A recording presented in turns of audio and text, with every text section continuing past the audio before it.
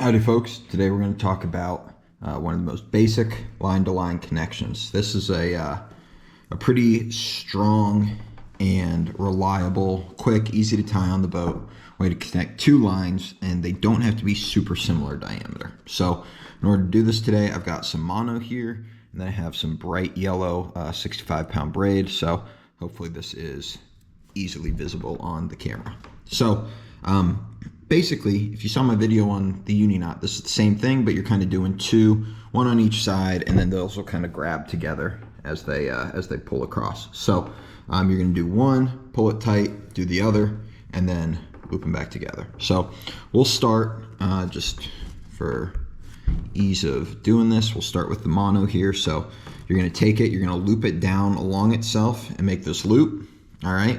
In this case, the tag end is on my side of the two lines, and then you're just going to run it through here several times. All right. As you go, I would never go less than maybe 5 or 6, especially on a line-to-line connection here. You don't want to go too crazy though. It's easy to go over the top on these, and then as you snug them down, you'll get a lot of friction and start burning through your own line. So I'll pull it reasonably snug, but basically what you can see is that this line is wrapping around. So whatever line you're tying the knot in this case this mono, you want to make sure that the other line, in this case the braid, is pretty straight inside that knot there. So you can kind of see here how the yellow line is still perfectly straight, and then this is kind of knotting up around it. This is particularly important if you're doing two lines of different diameters. When you go to do the larger one, sometimes the smaller one will just twist up inside. So you want to keep that pretty straight. Now, I'll go ahead and snug this down a little bit. Again, I'm pulling this yellow line straight, and you can see that this will slide along the yellow line a little bit. So it's reasonably snug. It's not totally tight. The wraps aren't all the way up against each other. I'm going to do the same thing with this one. So now I'm taking the braid, and I'm going to do several passes under here. Again, we don't want to go too crazy. I know you think if some is good, maybe more is better.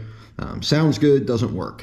Done it many times and regretted it. So with this, I'll go maybe 5 or 6. That should be good for pretty much all line diameters. And you're going to pull this across.